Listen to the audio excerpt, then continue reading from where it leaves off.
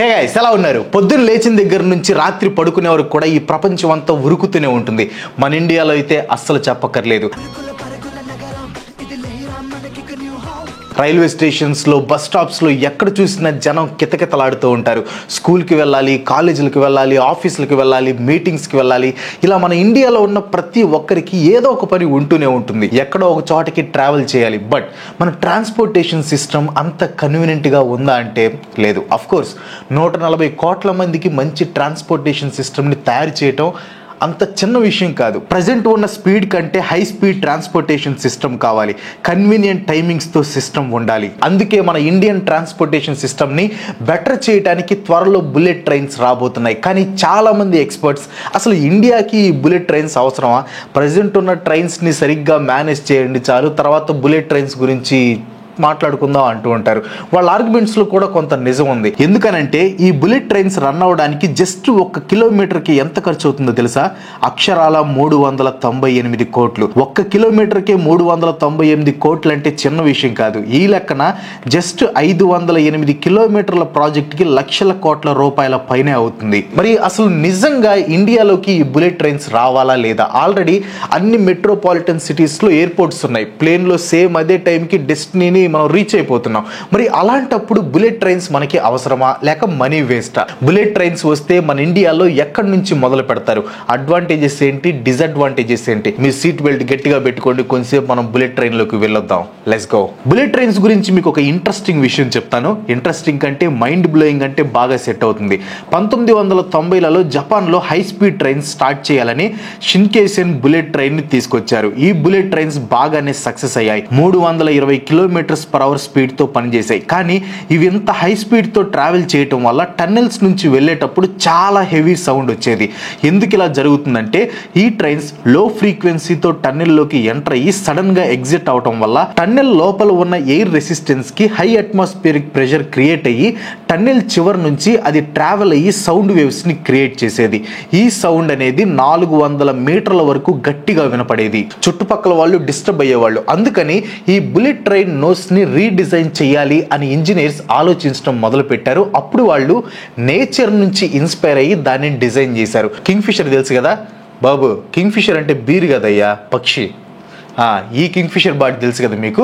ఈ బర్డ్ చేపలని ఎక్కువగా తింటుంది. చేపలు నీటిలో ఈదుతున్నప్పుడు ఇది పైనుంచి చూసి సడన్ గా అటాక్ చేయాలి. చేపలకి అవి ఉండే నీటి పైన కొంచెం అలికిడి వచ్చినా, వాటర్ డిస్టర్బ్ అయినా సరే తప్పించుకోగలవు. కానీ ఈ కింగ్ ఫిషర్ ముక్కు పొడవుగా బుల్లెట్ లాగా ఉండటం వల్ల పైనుంచి అటాక్ చేసేటప్పుడు వాటర్ డిస్టర్బ్ అవ్వదు అండ్ సౌండ్ కూడా క్రియేట్ అవ్వదు. చేపల్ని లటుక్కున పట్టుకుంటుంది. బహుశా ఎందుకేనేమో దీనికి కింగ్ ఫిషర్ అని పేరు పెట్టారు.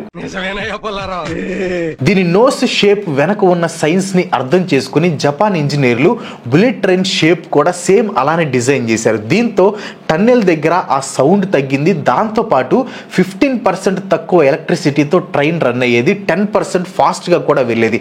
ఒక చిన్న పక్షిని స్టడీ చేసి అప్లై చేస్తే ఇది దాని రిజల్ట్. గొప్ప గొప్ప ఐడియాస్ అన్ని నేచర్ లోనే దాగుంటాయి. మనమే ఎక్కడ పడితే అక్కడ వెతుకుతూ ఉంటాం. మరి ఈ kingfisher nose shaped bullet trains మన ఇండియాలోకి ఎప్పుడు వస్తాయి? 2026 కల్లా బుల్లెట్ ట్రైన్ ట్రాక్ మీద ఉంటుంది అని union railway minister Ashwini Vaishnaw garu చెప్పారు. రైజింగ్ భారత్ సమ్మిట్ లో మాట్లాడుతూ ప్రస్తుతం center Mumbai to Ahmedabad HSR project మీద పనిచేస్తుంది. హెచ్ఎస్ఆర్ అంటే హై స్పీడ్ రైల్.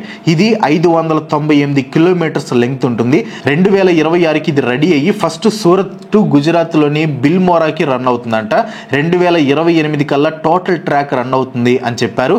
2022లో 7 కారిడార్స్ ని కూడా ఫ్యూచర్ కి రెడీ చేశారు. అవి Delhi to Varanasi 813 kilometres, Delhi to Ahmedabad 878 kilometres, Mumbai to Nagpur 765 kilometres, Mumbai to Hyderabad 671 kilometres, Chennai Bengaluru Mysore 435 kilometres, Delhi to Chandigarh to Amritsar 459 kilometres and Varanasi to Howrah 760 కిలోమీటర్లు. జపాన్ లోని షిన్కేషన్ ట్రైన్ పంక్చువాలిటీని మెయింటైన్ చేయడానికి ప్రిడిక్టివ్ ప్రిడిక్టివ్ అనలిటిక్స్ ని యూజ్ చేస్తుంది. Chinese high speed rail network route optimisation and passenger experience ని improve చేయడానికి big data analytics మీద ఆధారపడుతుంది. Even European high speed rail కూడా energy efficiency and carbon footprints ని రెడ్యూస్ చేయడానికి డేటా డ్రివెన్ డెసిషన్స్ తీసుకుంటారు. వీటన్నిటిలో కూడా యూజ్ చేసేది డేటా సైన్స్. అండ్ మీకు తెలుసా, ఇండియాలో job listings for data science 29% increase అయింది. 2026 నాటికి డేటా సైంటిస్టులకి గ్లోబల్ డిమాండ్ 200% పెరగనుంది. ప్రెసెంట్ డేటా సైన్స్ అనేది బూమింగ్ టెక్నాలజీ, చాలా డిమాండ్ ఉన్న జాబ్ ప్రొఫైల్ కూడా. ఇన్ కేస్ మీరు కూడా మీ కెరియర్ ని డేటా సైన్స్ లో బిల్డ్ చేద్దాం అనుకుంటే మీకు ఓడిన్ స్కూల్స్ బూట్ క్యాంప్ ని సజెస్ట్ చేస్తాను. ఇది live instructor boot camp, mock interviews ఉంటాయి, డెడికేటెడ్ జాబ్ అప్లికేషన్ పోర్టల్ ఉంటుంది. బెస్ట్ పార్ట్ ఏంటంటే అంత ప్రాజెక్ట్ బేస్డ్ లెర్నింగ్ ఉంటుంది. అండ్ కోర్స్ ఫీజులో 2 ఆప్షన్స్ ఉంటాయి. First option pay full course fee 75,000 plus GST. దీంట్లో ఈఎంఐ ఆప్షన్ కూడా ఉంటుంది అండ్ 10,000 వరకు ఎర్లీ బర్డ్ ఆఫర్ కూడా ఉంది. అండ్ నాకు నచ్చిన ఆప్షన్ అయితే second the pay 40,000 plus GST in advance and attend full course. Odin school ద్వారా మీకు జాబ్ వచ్చాక మీ యాన్యువల్ సిటీసీలో 10% పే చేయాలి. నెక్స్ట్ బ్యాచ్ వచ్చేసి ఆగస్ట్ 31 స్టార్ట్ అవుతుంది. వీళ్ళకి 500కి పైగా హైరింగ్ పార్ట్నర్స్ ఉన్నారు. 4,000కి పైగా యాక్టివ్ లెర్నర్స్ కూడా ఉన్నారు. చాలా సక్సెస్ స్టోరీస్ కూడా మీరు ఇక్కడ చూడొచ్చు. ఇన్ కేస్ మీకు డేటా సైన్స్ లో ఇంట్రెస్ట్ ఉంటే ఈ ఫామ్ ని ఫిల్ చేసేయండి, వాళ్ళు మీకు కాల్ చేస్తారు. దీనికి సంబంధించిన లింక్ కింద డిస్క్రిప్షన్ లో ఉంటుంది. ఇంట్రెస్ట్ ఉన్న వాళ్ళు ఖచ్చితంగా చెక్ చేయండి. Now get back to the video. ఒకవేళ బుల్లెట్ ట్రైన్స్ ఇండియాలోకి వస్తే ఎలాంటి బెనిఫిట్స్ ఉంటాయో ఇప్పుడు చూద్దాం. First one, time efficiency. First track ని ముంబై అండ్ అహ్మదాబాద్ మధ్యన కట్టబోతున్నారు కదా. నార్మల్ గా అయితే ట్రైన్ జర్నీ 7 to 8 అవర్స్ పడుతుంది. అదే బుల్లెట్ ట్రైన్ అయితే 3 గంటల కంటే తక్కువలోనే వెళ్ళిపోవచ్చు. సో బుల్లెట్ ట్రైన్స్ వల్ల చాలా టైం అనేది సేవ్ అవుతుంది. టైం సేవ్ అవడం వల్ల ఎలాంటి యూజ్ ఉంటుంది అనుకుంటున్నారా? Time is money. Bullet trains వల్ల ప్రతి ఒక్కరికి టైం సేవ్ అవుతుంది కాబట్టి ఆ టైం అంతా తీసుకెళ్లి ఇండైరెక్ట్ గా వర్క్ లో పెడతారు. అప్పుడు ఆటోమేటిక్ గా మన దేశం యొక్క ఎకానమీ పెరుగుతుంది. టైం సేవ్ చేస్తే మనీని కూడా సేవ్ చేసినట్లే. అలానే వీడియో ఎందుకు చూడటం, టైం వేస్ట్ అనుకోవద్దు. Knowledge is divine. Knowledge is divine అంటే జ్ఞానం వైన్ లాంటిది, ఎంత తాగితే అంత బలం అన్నమాట. ఇలాంటి కిక్ ఇచ్చే ఫ్రీ నాలెడ్జ్ కోసం వెంటనే మన ఛానల్ ని సబ్స్క్రైబ్ చేసుకోండి, బెల్ కూడా ప్రెస్ చేయండి. ఆల్రెడీ సబ్స్క్రైబ్ చేసుకుని ఉంటే thank you so much. And next వచ్చేసి eco friendly trains. Bullet trains అనేవి ఫ్యూయల్ ఎఫిషియెంట్, అంటే తక్కువ ఫ్యూయల్ తో ఎక్కువ దూరం ట్రావెల్ చేస్తాయి. బుల్లెట్ ట్రైన్స్ లో ఫాస్ట్ గా వెళ్ళిపోవచ్చు కాబట్టి personal vehicles like bikes and cars కి బదులుగా ట్రైన్స్ ని ప్రిఫర్ చేసే వాళ్ళు పెరుగుతారు. ఇది మన ఎన్విరాన్మెంట్ కి కూడా చాలా హెల్ప్ అవుతుంది. And next one, reduced road congestion. Bullet trains రావడంతో ట్రాన్స్పోర్టేషన్ ఈజీ అవుతుంది కాబట్టి రోడ్స్ మీద వెహికల్స్ తగ్గుతాయి. సో ఆటోమేటిక్ గా ట్రాఫిక్ అనేది తగ్గుతుంది. ప్రెసెంట్ సిటీస్ లో బిగ్గెస్ట్ ప్రాబ్లం ఏదైనా ఉందంటే అది ట్రాఫిక్. దీని వల్ల చాలా మంది చాలా రకాల ఇబ్బందులు పడుతూ ఉంటారు. సో ఈ బుల్లెట్ ట్రైన్స్ వల్ల మిగిలిన వాళ్ళు కూడా ఈజీగా టైం కి డెస్టినీని చేరుకోవచ్చు. And next one, economic boost. Bullet trains ఇండియాలోకి రావడంతో కొత్తగా రైల్వే జాబ్స్ క్రియేట్ అవుతాయి, టూరిజం పెరుగుతుంది, బిజినెస్ ఆపర్చునిటీస్ పెరుగుతాయి. ఇది డైరెక్ట్ గా ఎకానమీ పెరగటానికి హెల్ప్ అవుతుంది. And next one, development. Bullet train facilities ఉండే ప్రతి సిటీ కూడా ర్యాపిడ్ గా డెవలప్ అవుతుంది. ఎందుకంటే బుల్లెట్ ట్రైన్ ఫెసిలిటీస్ ఉన్నాయి కాబట్టి వెళ్ళటం ఈజీ అనే ఉద్దేశంతో ఆ చుట్టుపక్కల చాలా బిజినెస్లు, షాప్స్ అండ్ కంపెనీస్ పుట్టుకొని వస్తాయి. కాయిన్ కి 2 సైడ్స్ ఉన్నట్లు బుల్లెట్ ట్రైన్స్ కి కూడా అడ్వాంటేజెస్ అండ్ డిసడ్వాంటేజెస్ 2 ఉన్నాయి. ఇప్పుడు డిసడ్వాంటేజెస్ ఏంటో చూద్దాం. First one, need for infrastructure and improvement. చాలా మంది రైస్ చేసే పాయింట్ ఏంటంటే ఇంత డబ్బులు పెట్టి బుల్లెట్ ట్రైన్స్ ప్రవేశపెట్టే బదులుగా ఉన్న ట్రైన్స్ ని బెటర్ అండ్ అప్గ్రేడ్ చేస్తే ఇంకా యూజ్ అవుతుంది కదా అని అంటూ ఉంటారు. దాంట్లో కూడా పాయింట్ ఉంది. బుల్లెట్ ట్రైన్స్ తీసుకొని రావాలంటే దానికి తగ్గ ఇన్ఫ్రాస్ట్రక్చర్ కావాలి. ప్రెసెంట్ మన దగ్గర అంత ఇన్ఫ్రాస్ట్రక్చర్ లేదు. ఆల్రెడీ ఉన్న రైల్వే సిస్టమే చాలా వరస్ట్ గా ఉంది. ప్రెసెంట్ అయితే ఈ జనరల్ బోగీలకి అండ్ స్లీపర్ క్లాసులకి తేడా లేకుండా పోయింది. స్లీపర్లో కూడా ఎలా పడితే అలా ఎక్కిస్తూ ఉంటారు. అండ్ మనం రీసెంట్గా చూసుకుంటే ఈ రైల్వే యాక్సిడెంట్స్ కూడా చాలా జరుగుతున్నాయి. మన ఇండియన్ రైల్వేస్లో చాలా బొక్కలు ఉన్నాయి.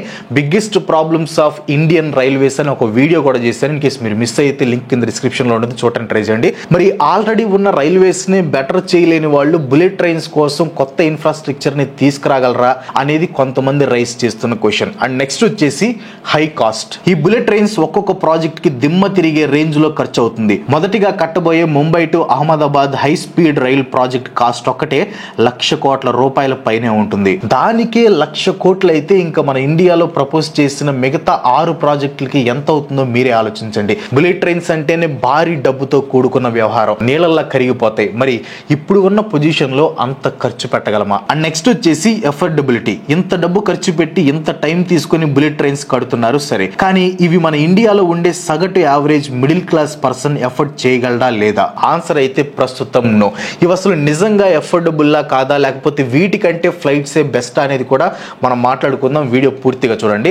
అండ్ నెక్స్ట్ వచ్చేసి ల్యాండ్ ఎక్విజిషన్. ఈ ప్రాజెక్ట్స్ అండ్ ట్రాక్స్ కట్టాల్సిన ఏరియాస్లో చాలా మంది వాళ్ళ ప్లేసెస్ని వెకేట్ చేసి వేరే చోటికి వెళ్లాల్సి వస్తుంది. ఇది కొంతమందికి చాలా ప్రాబ్లమ్స్ క్రియేట్ చేయొచ్చు. ఈవెన్ అక్కడ ఉండే ప్రజలు తిరగబడే అవకాశం ఉంది కూడా. ఆల్రెడీ ఇలాంటి ఇన్సిడెంట్స్ మనం గతంలో చాలా చూసాం.